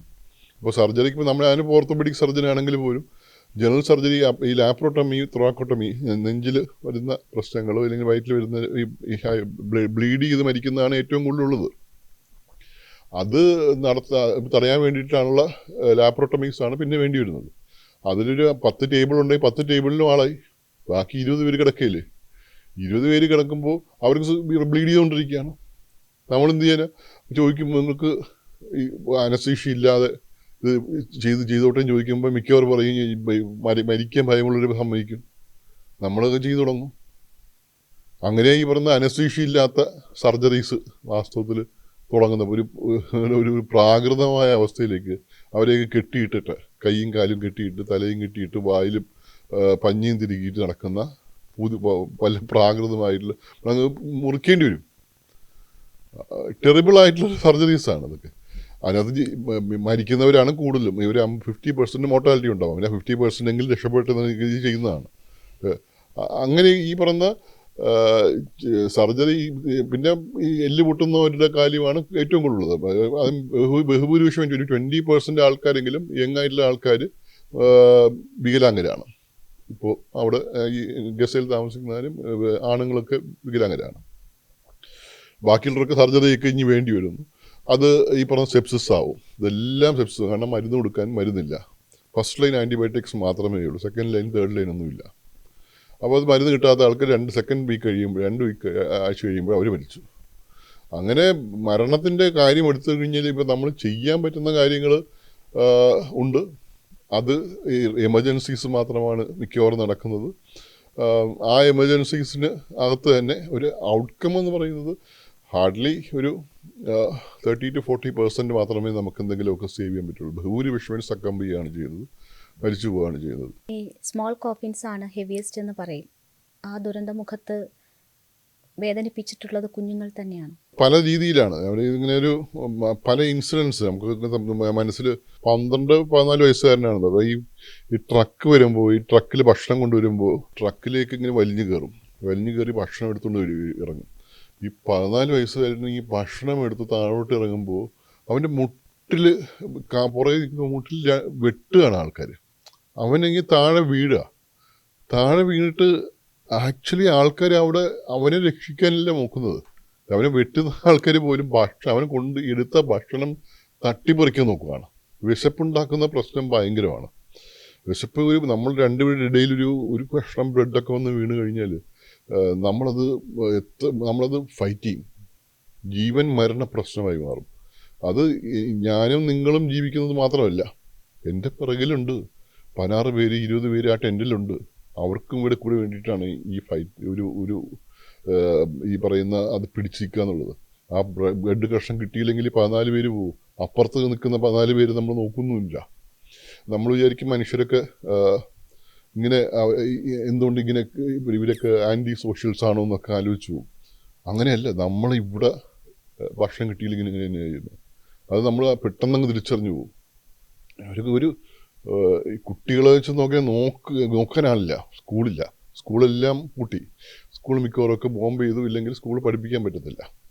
എല്ലാം റോഡിലാണ്. കുട്ടികൾ മുഴുവൻ റോഡിലാണ്. ഇവർ ഈ പറയുന്ന അവിടെ ആകെ ഉള്ളത് ഈ കുതിരവണ്ടി കഴുതവണ്ടിയൊക്കെയാണ് ഉള്ളത്. ചുമ്മാതെ വെറുതെ നിൽക്കുന്ന കുട്ടികളൊക്കെ ചുമ്മാ കഴുതവണ്ടിയിലും കുതിരവണ്ടിയിലൊക്കെ കയറിപ്പോവും, എങ്ങോട്ടെങ്കിലൊക്കെ പോവും. എന്നിട്ട് തിരിച്ച് ആ വണ്ടി നിൽക്കുന്നിടത്ത് നിന്ന് അവിടെ ഇറങ്ങി കളിക്കും. അതിൻ്റെ തിരിച്ച് പോകണമെന്ന് തോന്നുമ്പോൾ അടുത്ത വണ്ടി കയറി എങ്ങോട്ടാണ് പോകേണ്ടതെന്ന് ചോദിക്കുമ്പോൾ അറിയില്ല. കാരണം ഇവർ ഓൾറെഡി വീടൊക്കെ മാറി 10-12 പ്രാവശ്യം വീടൊക്കെ മാറി. എവിടെയാണ് സ്ഥലമൊന്നും അവർക്കും അറിയില്ല. അച്ഛനെന്ന് ചോദിച്ചാൽ മുഹമ്മദ്, എല്ലാവരും മുഹമ്മദാ, എല്ലാവരുടെ അച്ഛനമ്മമാർ മുഹമ്മദാ. അപ്പോൾ എനിക്കറിയാമെന്ന് പറഞ്ഞാൽ ആരെങ്കിലും വിളിച്ചുകൊണ്ട് എവിടെയും പോകും. എൻ്റെ കൂടെ ഉണ്ടായിരുന്ന ഒരു അബു, അയാൾ പറഞ്ഞൊരു കഥയുണ്ട്. ഈ കുട്ടികൾ മുഴുവൻ അങ്ങനെ അവസാനം കുറേയൊക്കെ ആൾക്കാർ ഈ ഗാസ ഹ്യൂമാനിറ്ററി ഫൗണ്ടേഷൻ നടത്തുന്ന ആ വിതരണ കേന്ദ്രമുണ്ട്. അവിടെ വെടിവെപ്പിച്ച് തുരുതുര വെടിവെപ്പാണ്. കാരണം ആൾക്കാർ കൂടുന്നവർക്ക് ഇഷ്ടമല്ല. രാവിലെ 10 മണിക്ക് തുടങ്ങുന്നതിനകത്ത് രാത്രി 12 മണി തൊട്ട് ആൾക്കാർ ക്യൂ നിൽക്കും. ഇല്ലെങ്കിൽ കൂടി ലക്ഷക്കണക്കിന് ആൾക്കാർ നിൽക്കുന്നത്. കാരണം ഭക്ഷണമില്ല. ഭക്ഷണം ഒരു കിലോ പഞ്ചസാരയ്ക്ക് $100 ആ 10,000 രൂപ. 1 കിലോ പഞ്ചസാരയ്ക്ക് 10,000 രൂപ. 1 കിലോ ആട്ടയ്ക്ക് $40. സിംഗിൾ സിഗരറ്റിന് $15. വില അതിനകത്ത് അവരുടെ കയ്യിലുള്ള പൈസ മാറാനും പോലും പറ്റത്തില്ല. മാറിക്കഴിഞ്ഞാൽ 50% കമ്മീഷൻ പോകുന്നത്. അപ്പോൾ എല്ലാം കൊണ്ടും ഭയങ്കര ദുരിതത്തിലുള്ള സ്ഥലം. അവിടെ പോയാലും വേറെ മാർഗ്ഗമുള്ളൂ. ആൾക്കാർ മരിക്കുമെന്ന് അറിഞ്ഞുകൊണ്ട് പോകുന്നതാണ്. ഇവിടെയൊക്കെ പോയിട്ട് കുട്ടികളുടെ അവസരം അവിടെ എത്തിപ്പോവും. അവിടെ കിടന്നങ്ങ് ഉറങ്ങും. രാത്രിയാകുമ്പോൾ ഇങ്ങനെ വെടിവെപ്പ്. എന്ത് വെടിവെപ്പെന്ന് വെച്ച് കഴിഞ്ഞാൽ ഈ ആകാശത്ത് ഇങ്ങനെ പൂത്തിരി കത്തിച്ച പോലെ, ദീപാവലി രാത്രി പോലെ ഇങ്ങനെ പടക്കം പുറപ്പെട്ടുന്ന പോലെ ഇങ്ങനെ ചീറിപ്പായും. ഈ കുട്ടികളെ ഈ ഒച്ച കേട്ടിട്ട് ഇങ്ങനെ ഉറങ്ങിക്കിടക്കുന്ന കുട്ടികൾ ഇങ്ങനെ എണീറ്റ് നോക്കുമ്പോൾ ആകാശം മുഴുവൻ ഇങ്ങനെ പൂത്തിരി കത്തുവാണ്. ഇങ്ങനെ പോകുന്നു. എന്താന്ന് അബു പറഞ്ഞു വെച്ച് കഴിഞ്ഞാൽ അയാളോട് പറയാൻ, അവനോട് 8 വയസ്സുകാരനായ ഒരുത്തനോട് നീ എഴിക്കല്ലേടാന്ന് പറയുന്നതിന് മുമ്പ് അവൻ എഴിച്ചുപോയി. അവൻ്റെ പുറത്തൂടെ 50 ബുള്ളറ്റും കയറിപ്പോയെന്ന് പറയുന്നത്. ഈ ചിതറിപ്പോവാണ്. ഒരു മനുഷ്യനിങ്ങനെ അവൻ്റെ കണ്ണും കാതും എല്ലാം ഓരോ ഭാഗമായിട്ട് ഇങ്ങനെ ചിതറി പോവാണ്. അവനങ്ങ് ഒരു നിമിഷം കൊണ്ട് ഇത്രയും ബുള്ളറ്റ്, 50 ബുള്ളറ്റൊക്കെ ഒരു കുട്ടിയുടെ പുറത്ത് കയറുന്ന വെച്ചല്ലേ. ഒരു ബുള്ളറ്റ് മതി മരിച്ചു പോകാനായിട്ട്. ഇത് അങ്ങ് കയറിയ പോവാണ്. അവനങ്ങ് ഇല്ലാതായി പോയി എന്നാണ് പറഞ്ഞത്. അസ്തമിച്ചു പോയി. അവൻ നിൽക്കുന്ന സ്പോട്ട് മുഴുവൻ അസ്തമിച്ച് പുകയായി പോകുന്ന കാഴ്ച കാണുന്നത്. ഇത് പിന്നെ വീട്ടിലാരുമില്ലാതെ എല്ലാവരും മരിച്ച കുട്ടികൾ എത്ര പേര്. ഇഷ്ടംപോലെ ആൾക്കാർ. വാർ ഓർഫൻസ് എന്ന് പറഞ്ഞാൽ അതിന് വേണ്ടിയിട്ട് മാത്രമായിട്ട് ഒരു ഓർഗനൈസേഷൻസ് ഉണ്ട്. അവർ വളർത്താൻ വേണ്ടി മാത്രമായിട്ട്, അവരെ പഠിപ്പിക്കാനും ഭക്ഷണം കൊടുക്കാനും വേണ്ടി മാത്രമായിട്ട്. പലപ്പോഴും ടാർഗറ്റ് ചെയ്യപ്പെടുന്നത് എല്ലാം കുട്ടികളെ ടാർഗറ്റ് ചെയ്യപ്പെടും. കുട്ടികളുടെ അവസ്ഥയെക്കുറിച്ച് പറയുമ്പോൾ നമ്മൾ ആലോചിക്കുമല്ലോ, ഇവിടെ വീണ്ടും വീണ്ടും കുട്ടികൾ ഉണ്ടാകാൻ അമ്മമാർ ആഗ്രഹിക്കുമോ എന്ന്. അതിനുള്ളൊരു ഉത്തരം ഡോക്ടറുടെ ഈ പുസ്തകത്തിലുണ്ട്. തങ്ങളുടെ വംശം നിലനിന്ന് പോകണം എന്ന് ആഗ്രഹിച്ചുകൊണ്ട് തന്നെ ഇതൊരു പകരം വീട്ടലായി അമ്മമാർ പോലും കരുതുന്നു എന്ന്. എല്ലായിടത്തും ഈ പറയുന്ന കല്യാണം നടത്തുന്ന സ്ഥലം ചെറിയ സ്ഥലങ്ങളായിരിക്കും. എല്ലാ ദിവസവും ഒരു 5-6 കല്യാണങ്ങളെങ്കിലും ഉണ്ടാവാറുണ്ട്. ഇവർക്ക് കിടന്നുറങ്ങാൻ സ്ഥലമില്ല. ഒരു ടെൻറ്റിലൊക്കെ 20 പേരൊക്കെയാണ്. പക്ഷേ കുട്ടികളിലുണ്ടാവുമെന്ന് വെച്ച് കഴിഞ്ഞാൽ എല്ലാ ഹോസ്പിറ്റൽസിലും കുട്ടികൾ ഇഷ്ടംപോലെ ഉണ്ടാവുന്നുണ്ട്. നമ്മൾ ഈ കഴിഞ്ഞ 2 വർഷത്തിനിടയിലാണല്ലോ നടക്കുന്നത്. ആദ്യത്തെ വർഷം കഴിഞ്ഞ് ജനിക്കുന്ന കുട്ടികളെല്ലാം എന്തായാലും തീർച്ചയായിട്ടും യുദ്ധത്തിനകത്ത് കല്യാണം കഴിച്ച ഒരു ആനയാണ് കുട്ടികളുണ്ടാക്കുന്നതെന്ന് വെച്ച് കഴിഞ്ഞാൽ. അവിടെ ഗർഭിണിയാവുക വെച്ച് കഴിഞ്ഞാൽ ഇപ്പോൾ ആ സമയത്ത് റിസ്കിൻ്റെ അങ്ങേയറ്റത്താണ്. എന്തുകൊണ്ട് റിസ്ക്കാണ്? സ്വന്തം ശരീരം മാത്രമല്ല, കുട്ടിയുടെ ജീവിതം, ഭക്ഷണമില്ലായ്മ, വേണ്ടത്ര ഭക്ഷണം കിട്ടാത്തതുകൊണ്ടാവണം കുപോഷണം, അയൺ ഡെഫിഷ്യൻസി, അനീമിയ, പ്രോട്ടീൻ ഇല്ലാതായിരിക്കുന്നതിൻ്റെ പ്രശ്നം, കാൽസ്യം ഇല്ലാത്തതിൻ്റെ പ്രശ്നം, അങ്ങനെ എല്ലാത്തരം പ്രശ്നമുണ്ട്.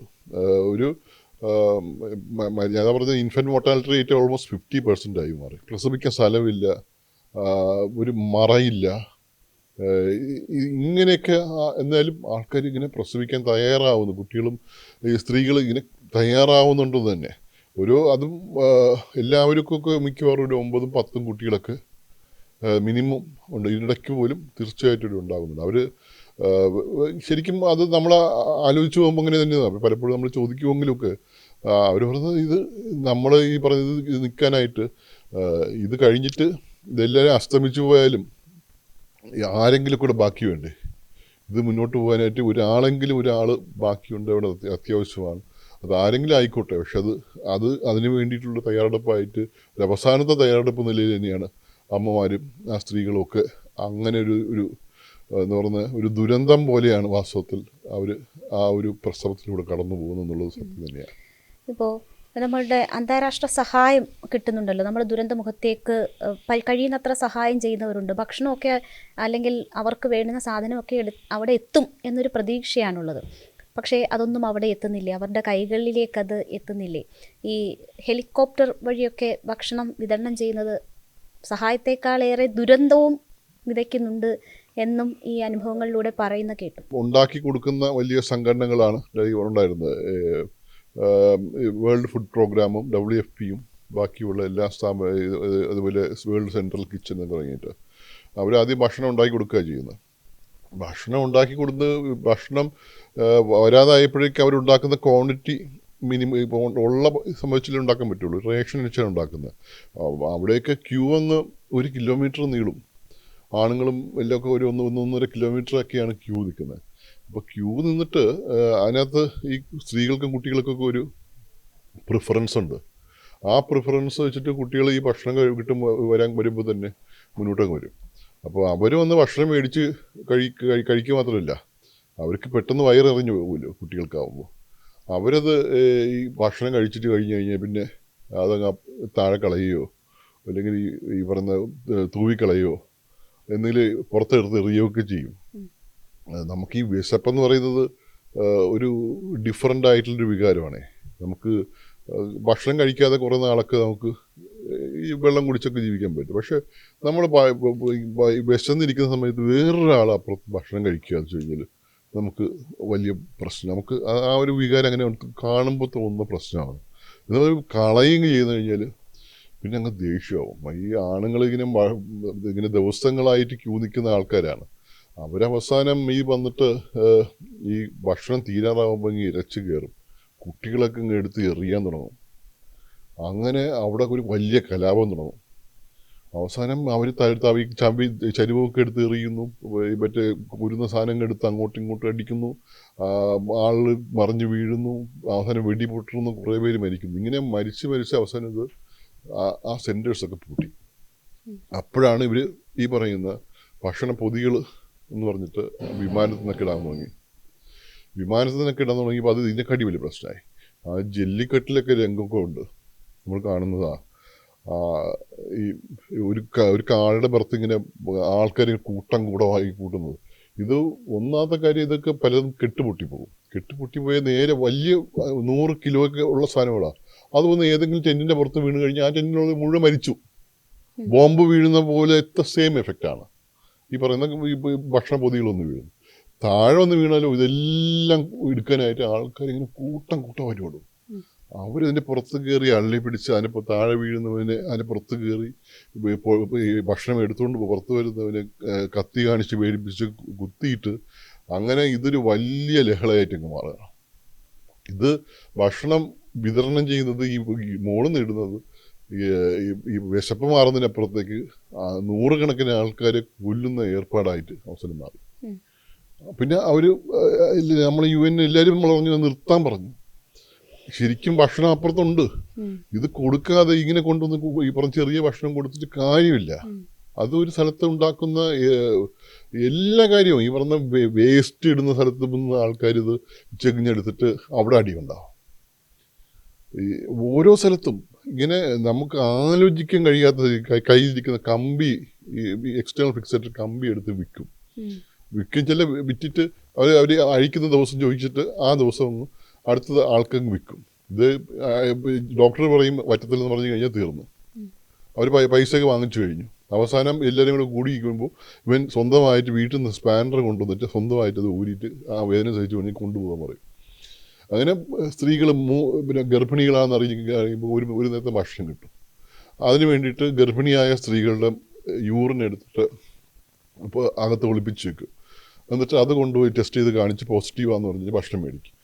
ഇത് കുറച്ച് കഴിയുമ്പോൾ മനസ്സിലാവും, അൾട്രാസൗണ്ട് ചെയ്യുമ്പോൾ മനസ്സിലാവും ഗർഭിണിയില്ലെന്ന്. വിശപ്പാണ് ഏറ്റവും വലിയ വിശപ്പ് എന്ന് പറയുന്നത് അതൊരു വലിയ പ്രശ്നം തന്നെയാണ്. ഈ ഭക്ഷണം ഇല്ലാതെ ഇങ്ങനെ അത് ഭക്ഷണം കിട്ടാതെ മരിക്കുന്നതല്ല, അത് ഒരു വേറെ ആൾക്കാർക്ക് അങ്ങനെ കുറേ ആൾക്കാർ ഭക്ഷണം കിട്ടാതെ കുപോഷണമാണ് മരിക്കുന്നുണ്ട്. പക്ഷേ ഇത് ഉണ്ടാക്കുന്ന സോഷ്യൽ പ്രോബ്ലംസ്, ഈ സാമൂഹിക പ്രശ്നങ്ങൾ കാരണം ഉണ്ടാകുന്ന തമ്മിലടിയും കലഹവും റയറ്റ്സും കാരണം മരിക്കുന്ന ആൾക്കാർ കയ്യും കണക്കില്ലാതായിപ്പോവും. വളരെ അടുത്ത സുഹൃത്തുക്കൾക്ക് ശത്രുവായിപ്പോവും. അതിൻ്റെ പകയും ഒക്കെ ആയിട്ട് മാറുകയാണ്. ഹമാസിൻ്റെ സാന്നിധ്യം ഉണ്ടല്ലോ ഇപ്പോഴും അവിടെ. യഥാർത്ഥത്തിൽ അവിടുത്തെ ജനങ്ങളും ഹമാസും തമ്മിലുള്ള ബന്ധം എന്താണ്? ശത്രുതയിലാണോ? അവർക്ക് ശല്യമാണോ ഹമാസിൻ്റെ സാന്നിധ്യം അവിടെ? ഒക്ടോബർ 7 നടത്തുന്ന ഒരു ആക്രമണം വാസ്തവത്തിൽ അതിനൊരു പല വേർഷൻസ് ഉണ്ട്. പക്ഷേ അതിനകത്തൊരു നമ്മൾ മുമ്പ് പോയിട്ടുള്ള സ്ഥലങ്ങൾ വെച്ച് നോക്കുമ്പോൾ കറക്റ്റ് ലിബിയയിലായാലും സിറിയയിലായാലും ഒക്കെ സിവിൽ സംഭവങ്ങളാണുള്ളത്. ഒരു വീട്ടിൽ നിന്നൊക്കെ 2-3 പേരും ഒക്കെയാണുള്ളത്. അപ്പോൾ ഹമാസിനെ ഇനിഷ്യലി സപ്പോർട്ട് ചെയ്യുന്നതെല്ലാം ഇസ്രയേലാണ് സപ്പോർട്ട് ചെയ്യുന്നത്. അന്നത്തെ ഈ പറയുന്ന ഒരു ചർച്ച ചെയ്ത് പരിഹരിക്കാൻ വേണ്ടിയിട്ടുള്ള യാസർ അറാഫത്തിൻ്റെ നേതൃത്വത്തിലുള്ള PLO ഒക്കെ ഉണ്ടായിരുന്നു. അപ്പോൾ അവർ അങ്ങനൊരു ഒരു ഡയലോഗ് വഴി പരിഹരിക്കേണ്ട വിഷയങ്ങൾ ആണെന്നാണ് അവർ അന്ന് കരുതിയിരുന്നത്. ഇസ്രയേലിലും ഷാരോണിനൊക്കെ അങ്ങനെയാണ് കരുതിയിരുന്നത്. അങ്ങനെ ചർച്ച ചെയ്ത് പരിഹരിക്കാൻ വേണ്ടി ശ്രമിക്കുമ്പോഴാണ് വാസ്തവത്തിൽ 2 സ്ഥലത്തും ഈ പറയുന്ന ഒരു എക്സ്ട്രീമിസ്റ്റ് ഉണ്ടാവുന്നത്. ഇസ്രയേലിലും എക്സ്ട്രീമിസ്റ്റ് ഉണ്ടാവുന്നു, നെതന്യാഹുവിൻ്റെ നേതൃത്വത്തിൽ ഇവിടെയും എക്സ്ട്രീമിസം ഉണ്ടാകുന്നു. എക്സ്ട്രീമിസം ഉണ്ടായി കഴിഞ്ഞാൽ പിന്നെ ചർച്ച ഉണ്ടാവുന്നില്ല, പിന്നെ ഇത് അടിച്ചു തീർക്കാൻ വേണ്ടിയിട്ടാണ് ആൾക്കാർ തീരുമാനിക്കുന്നത്. അപ്പോൾ അങ്ങനെ ഇവിടുന്ന് ഇവർ കയ്യേറും. ഇസ്രയേൽ തീർച്ചയായും വെസ്റ്റ് ബാങ്കിൽ കയ്യേറുന്നുണ്ട്, ഗസയിലും കയ്യേറുന്നുണ്ട്, സ്ഥലവും കയ്യേറുന്നുണ്ട്. അപ്പോൾ ആരും ചോദ്യം ചെയ്ത് കഴിഞ്ഞാൽ അവരെ പിടിച്ചുകൊണ്ട് ജയിലിലാക്കും. ജയിലിലാക്കി കഴിഞ്ഞാൽ പിന്നെ അറിയത്തില്ല. അപ്പോൾ ഹമാസിനെ ഉണ്ടാക്കിയത് ഇവരാണെങ്കിൽ പോലും കാലക്രമേണ സംഭവിച്ചത് എല്ലാവരുടെയും വീട്ടിലും ഈ പ്രശ്നം തുടങ്ങി. അപ്പോൾ സ്ത്രീകളെല്ലാവരും ചോദിക്കില്ലേ, നിങ്ങൾ മക്കളെ പിടിച്ചോണ്ട് പോയി നീ എന്ത് ചെയ്തെന്ന് ചോദിച്ചില്ലേ? അപ്പോൾ അങ്ങനത്തെ ക്വസ്റ്റ്യൻസ് കൂടി വന്നപ്പോൾ തീർച്ചയായിട്ടും ഹമാസിന് ഒരു ഇസ്രയേലിനെതിരായിട്ട് നിലപാടെടുക്കേണ്ടി വന്നു. അത് പല പ്രാവശ്യമായിട്ട് അതിൻ്റെ ഒരു കോൺസിക്വൻഷ്യലായിട്ട് അതിൻ്റെ ഒരു എന്ന് പറഞ്ഞാൽ കൂടി വന്നിട്ടാണ് 7-ാം തീയതി ഇങ്ങനെ പ്രശ്നം ഉണ്ടാവുന്നത്. അതോടുകൂടി അത് വേറെ ലെവലിലേക്ക് എത്തുകയാണ്. അവരൊരു പൊളിറ്റിക്കൽ ഗെയിം ഒരു ഗെയിമോ അല്ലെങ്കിൽ ഒരു കളിച്ചിട്ട് ഇറാനെയും ബാക്കി പറയുന്ന ഹിസ്ബുള്ളയൊക്കെ ഇതിനകത്ത് കൊണ്ടുവന്നിട്ട് തുടങ്ങാൻ വേണ്ടിയിട്ടുള്ള ഒരു ശ്രമമായിരുന്നു നടന്നുകൊണ്ടിരുന്നത്. പക്ഷെ അത് വിജയിച്ചൊന്നുമില്ല. അതോടുകൂടി അവർക്ക് ഈ പറഞ്ഞ വലിയ പരാജയം എന്ന് വെച്ച് കഴിഞ്ഞാൽ നാട് മുഴുവൻ പോയില്ലയോ, ഇത്രയും പേര് മരിക്കുന്നു. അപ്പോൾ ഹമാസ് അവിടെ ഒരു ടോട്ടാലിറ്റേറിയൻ ഗവൺമെൻറ് ആയിട്ട് കാണാൻ കഴിയില്ല. പക്ഷേ ആയുധധാരികളായിട്ടുള്ള ആൾക്കാർ അതിനകത്തുണ്ട്, അതിന് ഓപ്പോസിറ്റ് ആയിട്ടുള്ള ആൾക്കാരും ഉണ്ട്. ഇവർക്കെല്ലാം ഈ പറഞ്ഞ ഈ ഹമാസിനെതിരായിട്ടുള്ള ആൾക്കാർ ഈ യുദ്ധത്തിനപ്പുറം അങ്ങനെയുള്ള ഏറ്റുമുട്ടലും മരണവും നടക്കുന്നുണ്ട് അവിടെ. അത് ഇവർ ചൂണ്ടിക്കാണിക്കുന്നുണ്ട്, കൊടുക്കുന്നുണ്ട്. ഈ പറയുന്ന ഇതിൻ്റെ നേതാക്കളെ എല്ലാം അവർ തിരഞ്ഞു പിടിച്ച് കൊല്ലുകയാണ് ചെയ്യുന്നത്. ഡ്രോൺ ആയിട്ടായാലും മിസൈലായിട്ടായാലും. ഞാൻ ഒരു പ്രാവശ്യത്തെ മിസൈൽ അറ്റാക്ക് ICUവിൽ ഈ ഒരു മനുഷ്യൻ കിടക്കുന്ന ജനലിലാണ്, കറക്റ്റ് ആ ജനലിൽ കൂടെ മിസൈൽ കയറിയപ്പോൾ അയാൾ മരിക്കുന്നു, അവിടെയുള്ള മുഴുവൻ ഡോക്ടർമാരും മരിക്കുന്നു. അതിന് കൂടെയുള്ള കൊളാട്രൽ ഡാമേജ് ആയിട്ട് പറയുന്നത്, ബാക്കിയുള്ളവർ മരിക്കുന്നതിന്. അപ്പോൾ അവരങ്ങനെ മരിക്കുന്നുണ്ട്. ഈ പറയുന്ന 2 ഭാഗവും അങ്ങോട്ടും ഇങ്ങോട്ടും ഒക്കെ ഇത് ചൂണ്ടിക്കാണിക്കുന്നവരെ കണ്ടുപിടിച്ചിട്ട് ഇവർ പോയി കൊല്ലുന്നുണ്ട്. ചൂണ്ടിക്കാണിക്കുന്നത് കൂടി അവർക്ക് ആയുധം കൊടുക്കുന്നുണ്ട് ഇസ്രയേൽ. ഇങ്ങനെയുള്ള ഒരു സാധാരണ നാട്ടിൽ നടക്കുന്ന എല്ലാ സംഭവങ്ങളും അവിടെ ഉണ്ട്. അല്ലാതെ പ്രത്യേകതയുള്ള ഒരു മനുഷ്യന്മാരുടെ സ്ഥലം തന്നെയാണ്. ഒരു പ്രത്യേകതയുള്ള മനുഷ്യമായിട്ട് കാണാൻ കഴിയില്ല. ഏത് രാജ്യത്തെ പോലും കേരളത്തിൽ നമുക്ക് LDFും UDFും BJP ഒക്കെ ഉള്ളതുപോലെ തന്നെയാണ് അവിടെ പല പല ആൾക്കാർ പൊളിറ്റിക്കൽ സെറ്റപ്സ് ഉള്ളതുകൊണ്ട് നടക്കുന്നത്. അപ്പോൾ അതിനൊരു ഇപ്പോൾ ഈ ഇടയ്ക്കായിട്ട് ഇവർ ഈ ഹമാസ് അതിനകത്ത് ടോട്ടലി വിഡ്രോ എന്ന് പറയുന്നുണ്ട്. പക്ഷേ അതാരും അവിടെ ഈ പറയുന്ന ഇപ്പോൾ അവിടെ ഭരണനിർവഹണം എന്ന് പറയുന്നതിൻ്റെ ഒന്നുമില്ല. സീസ് ഫയർ എന്ന് പറയുന്നത് ഇവരും കണ്ണിൽ പൊടിയുള്ള സംഭവം മാത്രമേ ഉള്ളൂ. ആ സീസ് ഫയറിനകത്ത് എന്തെങ്കിലുമൊക്കെ തുടർച്ചയായിട്ട് നടക്കാനായിട്ട് ഒരു പോസിബിലിറ്റി ഇപ്പോഴും ഇല്ല. ഇപ്പോഴും ഈ പറയുന്ന ഓരോ ദിവസവും മിനിമം ഒരു 10 കുട്ടികളെങ്കിലും വെച്ച് മിനിമം മരിക്കുന്നുണ്ട്. കുട്ടികളുടെ മരണം എടുത്ത് ഇൻഡിക്കേറ്റർ എടുത്തു കഴിഞ്ഞാൽ ഒരു ദിവസമൊക്കെ 10 കുട്ടികൾ വെച്ച് മിനിമം മരിക്കുന്നുണ്ട്. അതിനെക്കാട്ടിയും കൂടുതലാണ് ബാക്കിയുള്ള മുതിർന്ന ആൾക്കാർ. ഇപ്പോൾ യുദ്ധം തീർന്നു എന്ന് പറഞ്ഞിട്ടോ ഇല്ലെങ്കിൽ സീസ് ഫയർ ഉണ്ടായെന്ന് പറഞ്ഞിട്ടോ ഒരു വ്യത്യാസമില്ല. അവിടുത്തെ ജീവിതം വളരെ ദുഷ്കരമായിട്ട് തുടരുകയാണ്. തിരുവനന്തപുരം മെഡിക്കൽ കോളേജിൽ നിന്ന് പഠിച്ച് അവിടെ ജോലി ചെയ്യുന്ന താങ്കൾ ഗസയിൽ പോയി മറ്റൊരു ഡോക്ടർ ഉണർന്ന് എഴുന്നേൽക്കുന്നത് കഴിഞ്ഞുറങ്ങാൻ വേണ്ടി കാത്തിരിക്കുന്നുണ്ട് എന്ന് വെച്ചാൽ അപ്പോൾ മാത്രമേ ഉറങ്ങാൻ പറ്റുള്ളൂ. അത്രയും റിസ്ക് പിടിച്ച ജോലിയിലേക്ക് പോകണം. അതിൽ താങ്കൾ കണ്ടെത്തുന്ന ഒരു സാറ്റിസ്ഫാക്ഷൻ എന്താണ്? ശരിക്കും നമ്മളെ സ്ഥലത്ത് മാത്രമാണ് അങ്ങനെ ഒരു ഈ ഒരു വോളണ്ടറിസം എന്ന സംഭവമൊക്കെ നമ്മുടെ നാട്ടിൽ മാത്രമാണ് അങ്ങനെ ഇല്ലാതിരിക്കുന്നത്. ഇപ്പം ഞാൻ പോകുന്ന സ്ഥലത്തൊക്കെ ഇപ്പോൾ ഇന്ത്യക്കാരെന്ന് പറഞ്ഞാൽ പോലും ഒരുപക്ഷെ ഞാൻ മാത്രമായിരിക്കും ഉണ്ടാവുക ഗസയിൽ നോക്കുമ്പോൾ. പക്ഷേ ബാക്കി ഇത്ര സ്ഥലത്തു നിന്നാണ് വരുന്ന ആൾക്കാർ. ഏറ്റവും കൂടുതൽ വരുന്നതൊക്കെ ഈ പറഞ്ഞ ആഫ്രിക്കയിൽ നിന്നും യമനിൽ നിന്നും സിറിയയിൽ നിന്നും ലെബനോണിൽ നിന്നും ഉക്രൈനിൽ നിന്നും ഞാൻ ജോലി ചെയ്യുന്ന സ്ഥലത്തു നിന്നൊക്കെ ഇഷ്ടംപോലെ ആൾക്കാരുണ്ടായിരുന്നു. ഞാൻ ഉക്രൈനിൽ ജോലി ചെയ്യുന്ന ആൾക്കാരൊക്കെ ഇങ്ങോട്ട് വന്നിട്ടുണ്ട്. ഈ ഡോക്ടർമാർ എന്ന് പറയുന്നത് ശരിക്കും നമ്മളൊരു ഞാനത് പറയുന്നത് നമുക്ക് എടുക്കാൻ പറ്റുന്ന നിലപാടുകൾക്കകത്തൊരു പ്രത്യേകതയുണ്ട്. നമുക്ക് ഒരിക്കലും ഒരു എത്തിക്കലായിട്ട് തന്നെ ഒരു വേദന അനുഭവിക്കുന്നവരുടെ കൂടെ സഫറിങ്സിൻ്റെ കൂടെ മരിക്കുന്നവരുടെ കൂടെ നിൽക്കുക എന്നുള്ളതാണ് നമ്മൾ അൾട്ടിമേറ്റായിട്ട് നമ്മൾ എത്തിക്സ് നമ്മളെ പഠിപ്പിക്കുന്നത്. ഞാൻ കാണുന്നത് വെച്ച് കഴിഞ്ഞാൽ ഈ ഡോക്ടർമാരും നഴ്സുമാരും ഈ ആരോഗ്യ പ്രവർത്തകരും ഒക്കെ യുദ്ധം തുടങ്ങുമ്പോൾ അത്രയും നാൾ അവിടെയൊക്കെ ജോലി ചെയ്തിട്ട് ഇത് വരുമ്പോൾ എല്ലാവരും കൂടെ ഇങ്ങോട്ട് പോരുക. അതൊരു റെസ്പോൺസിബിൾ അല്ല, ബിഹേവിയർ അല്ലല്ലോ. നമ്മൾ ഈ പറയുന്ന ആ നാട് നന്നായിരിക്കുമ്പോൾ അവിടെ നിന്ന് സമ്പത്ത് കിട്ടാൻ വേണ്ടി മാത്രം നിൽക്കേണ്ട ആൾക്കാരല്ലല്ലോ. വാസ്തവത്തിൽ നമ്മൾ അവരുടെ ഈ ഒരു ദുരിതം അനുഭവിക്കുന്ന ജനതയ്ക്ക് കൂടെ നിൽക്കേണ്ട ബാധ്യതയുള്ള അങ്ങനെ നിൽക്കാൻ കെൽപ്പുള്ള ആൾക്കാരാണ്. അങ്ങനെ റിസ്കി ആണോ എന്ന് ചോദിച്ചു കഴിഞ്ഞാൽ മേ ബി ഞാനത് പല രീതിയിലാണ് ഉത്തരം പറയാൻ ഉദ്ദേശിക്കുന്നത്. മെഡിക്കൽ കോളേജിലാണ് ഞാൻ ജോലി ചെയ്യുന്നത്. മെഡിക്കൽ കോളേജ് നമ്മൾ നടത്തുന്ന ഒരു ദിവസം നടത്തുന്ന സർജറീസൊക്കെ it's almost like 60 to 70 major സർജറീസൊക്കെ നടത്തുന്നുണ്ട്. നടത്തുന്നുണ്ട്. ഇതെല്ലാം റോഡ് ട്രാഫിക് ആക്സിഡൻസ് ആണ്. ഈ ഇത്രയും റോഡ് ട്രാഫിക് ആക്സിഡൻസ് ഒരിക്കലും യുദ്ധത്തിലില്ല. ഇവിടെ ജീവിക്കുന്ന കാട്ടിയും ഒരുപക്ഷെ ഭേദമായിരിക്കും ഗസയിൽ ജീവിക്കുന്നത്. നമ്മൾ ഈ പറയുന്ന ഈ ആക്സിഡൻസിൽ പെട്ട് മരിക്കില്ല എന്ന് നമുക്ക് ഉറപ്പാണ്. അപ്പോൾ അതൊരു പത്രക്കാർ നമ്മളിപ്പോൾ അവിടെ സമരമൊക്കെ നടക്കുമ്പോൾ അവരവിടെ നിന്ന് ഫോട്ടോ എടുക്കാറില്ലേ? ഒരു പ്രൊഫഷണൽ സ്പേസ് ഉണ്ട്. എല്ലാ സ്ഥലത്തും ഇതിങ്ങനെ സേഫായിട്ട് ജോലി ചെയ്യാനുള്ള പ്രോട്ടോക്കോൾസ് ഉണ്ട്, പ്രൊഫഷണലൈസ് സ്പേസ് ഉണ്ട്. അപ്പോൾ അതൊക്കെ പാലിച്ചു കഴിഞ്ഞാൽ തീർച്ചയായിട്ടും അങ്ങനെ വലിയ ഈ പറഞ്ഞ പ്രശ്നമില്ലാതെയൊക്കെ ഈ കാര്യം നിങ്ങൾക്ക് നടത്താൻ പറ്റും. അപ്പോൾ അതും ഒരു സംഭവം തന്നെയാണ്. അപ്പോൾ ഈ ഒരു കോസിന് വേണ്ടിയിട്ട് പോയി മരിച്ചാലും വാസ്തവത്തിൽ എനിക്ക് പ്രശ്നം അങ്ങനെ തോന്നിയിരുന്നില്ല. It's like it's a noble cause, it's worth dying because of it എന്നുള്ളതാണ് എനിക്ക് തോന്നുന്നത്. ഇപ്പോൾ യുദ്ധം എന്ന് പറഞ്ഞാൽ നമുക്ക് എപ്പോഴും ഒരു ഞെട്ടലാണ്. നമ്മൾ പക്ഷേ ഇപ്പോൾ നോക്കുകയാണെങ്കിൽ, നമ്മൾ മാധ്യമങ്ങൾ എന്ന നിലയിൽ നോക്കുകയാണെങ്കിൽ ഏറ്റവും കൂടുതൽ ആളുകൾ ഇതിനെക്കുറിച്ചുള്ള വാർത്തകൾ അറിയാൻ വേണ്ടി തൽപരരായിരിക്കുന്നുണ്ട്. പക്ഷേ അതിന് താഴെ വരുന്ന കമൻറ്റുകൾ നോക്കിയാൽ ഒരു പക്ഷേ ഇതിനെയൊക്കെ പ്രോത്സാഹിപ്പിക്കുന്ന തരത്തിലായിരിക്കും. യുദ്ധം നമ്മുടെ വീട്ടുമുറ്റത്ത് എത്തുന്നത് വരെ അല്ലെങ്കിൽ നമ്മളെ ബാധിക്കുന്നിടം വരെ നമ്മളതിൻ്റെ തീവ്രത അല്ലെങ്കിൽ എന്താണ് അതൊന്നും മനസ്സിലാക്കില്ല എന്നതാണല്ലോ. വീഡിയോ ഗെയിം കാണുന്ന ഫീലിൽ പോലും യുദ്ധം ആസ്വദിക്കുന്നവരുണ്ട്. അവരോട് ഡോക്ടർക്ക് എന്താണ് പറയാനുള്ളത്? ഒരു സ്പീഷീസ് നിലയ്ക്ക് മനുഷ്യരുടെ ഒരു വളരെ പ്രത്യേകതയുള്ള ഒരു ഇഷ്യൂ ആണ് വാസ്തവത്തിൽ യുദ്ധം.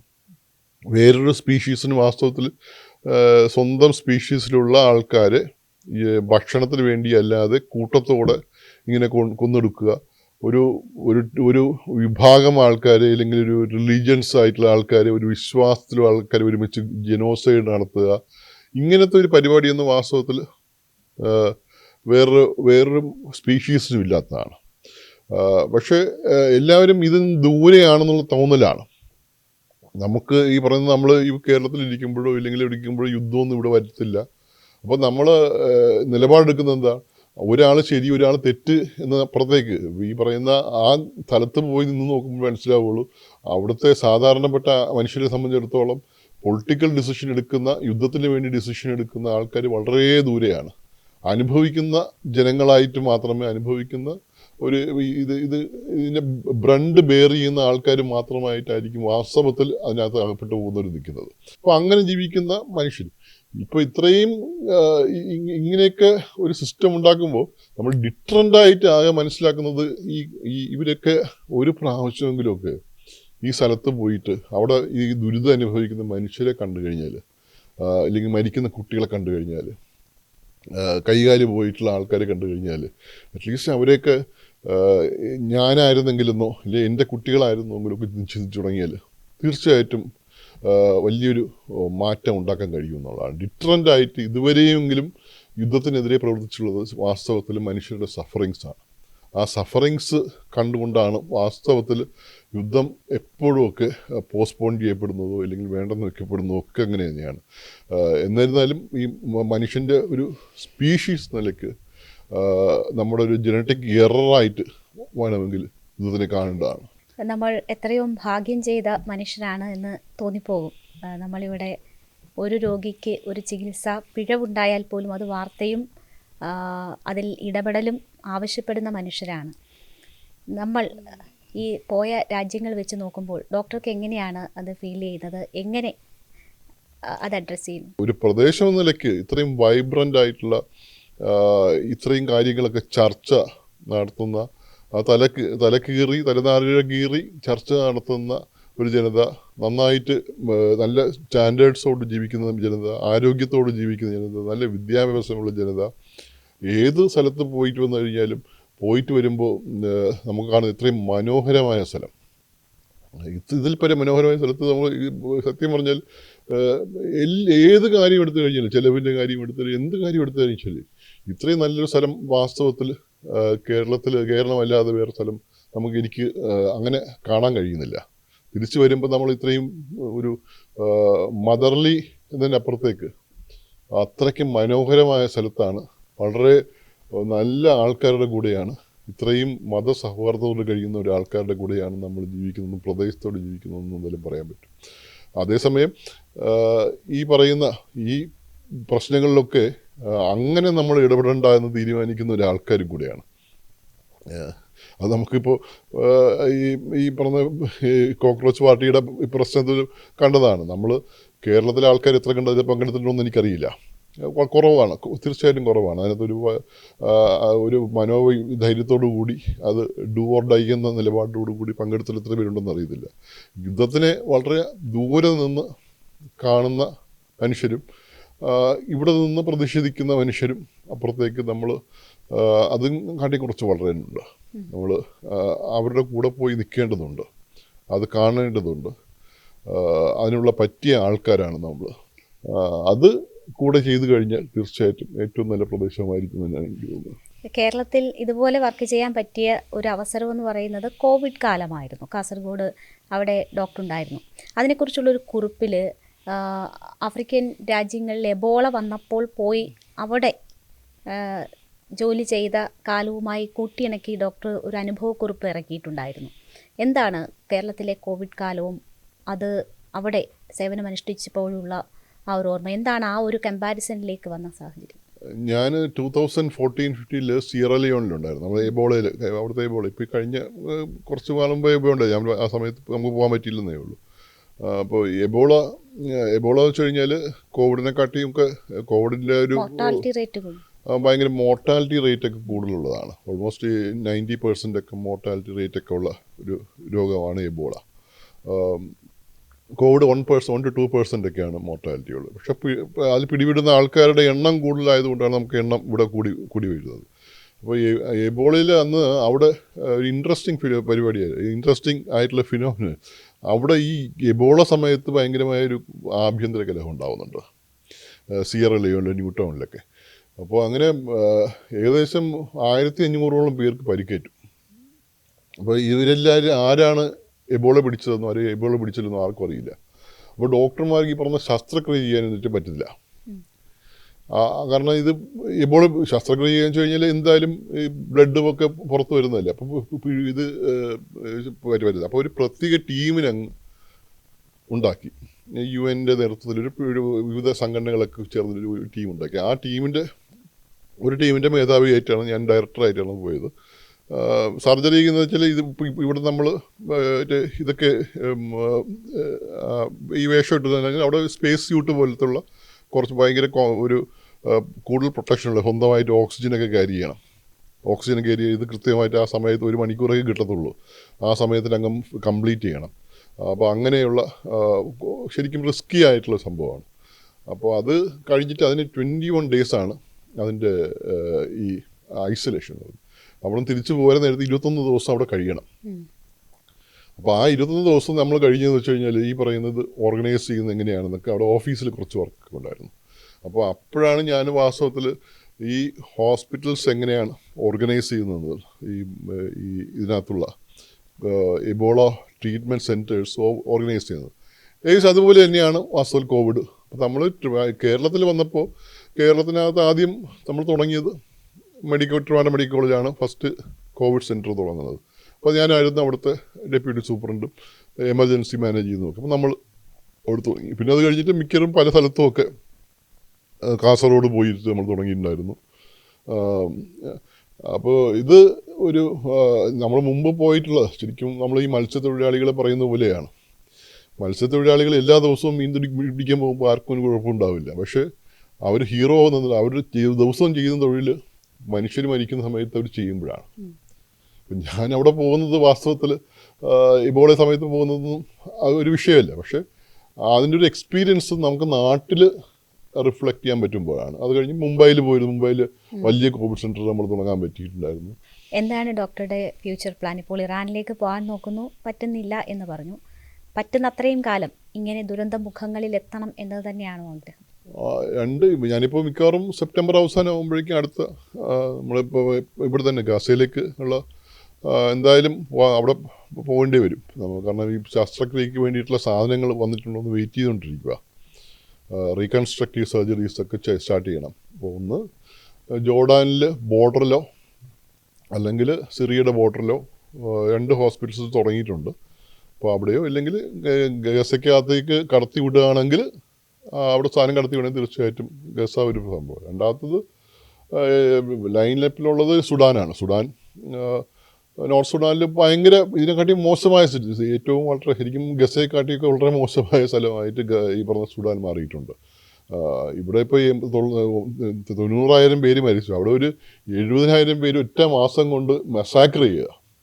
അവിടെ മൊത്തമായിട്ട് അത് കൂട്ടിയിട്ട് കത്തിക്കുന്ന ഏർപ്പാടാണ്. വണ്ടി കയറ്റി കൊല്ലുന്നു, കൂട്ടിയിട്ട് കത്തിക്കുന്നു. നോക്കാൻ ഇവിടെയൊക്കെ ആണെങ്കിൽ പുറത്തുനിന്നൊക്കെ ആളുണ്ട്. അവിടെ മാപ്പ്, സാറ്റലൈറ്റ് മാപ്പ് വെച്ചിട്ടാണ് വാസ്തവത്തിൽ അവിടെ ഇത്രയും പേര് മരിച്ചെന്ന് പോലും അറിയുന്നത്. അത്രയ്ക്കും വലിയ ഒരു ഭയങ്കര മോശപ്പെട്ട സ്ഥലമായിട്ട് സുഡാൻ മാറിയിട്ടുണ്ട്. അപ്പോൾ സുഡാനിലേക്ക് ആണ് പിന്നീട് സെക്കൻഡ് പ്രോജക്റ്റായിട്ട്, സർജിക്കൽ പ്രോജക്റ്റായിട്ടുള്ളത്. ഈ 2 സ്ഥലമാണ് വാസ്തവത്തിൽ ഇപ്പോൾ ഉള്ളത്. ഇറാൻ്റെ കാര്യത്തിനകത്ത് നമുക്കറിയത്തില്ല. ഈ ഒരു കേപ്പബിൾ ആയിട്ടുള്ള രാജ്യമാണ്. പക്ഷേ ഈ യുദ്ധത്തിലുണ്ടായിട്ടുള്ള അവിടെ നിന്നുള്ള പരിചയമുള്ള ഡോക്ടർമാരൊക്കെ പറയുന്നത് വളരെ കഷ്ടം തന്നെയാണെന്നുള്ളതാണ്. അപ്പോൾ എന്തെങ്കിലും ഒരു പ്രോജക്റ്റ് നമ്മൾ തുടങ്ങാനായിട്ട് ശ്രമിച്ചാൽ തീർച്ചയായിട്ടും. വളരെ നന്ദി ഡോക്ടർ വന്നതിന്. ഇനിയും ദുരന്തമുഖത്ത് ഒരുപാട് പേർക്ക് ആശ്വാസവും സേവനവും അനുഷ്ഠിക്കാൻ കഴിയട്ടെ. വളരെ നന്ദി ഞങ്ങളോട് ജോയിൻ ചെയ്തു. നന്ദി.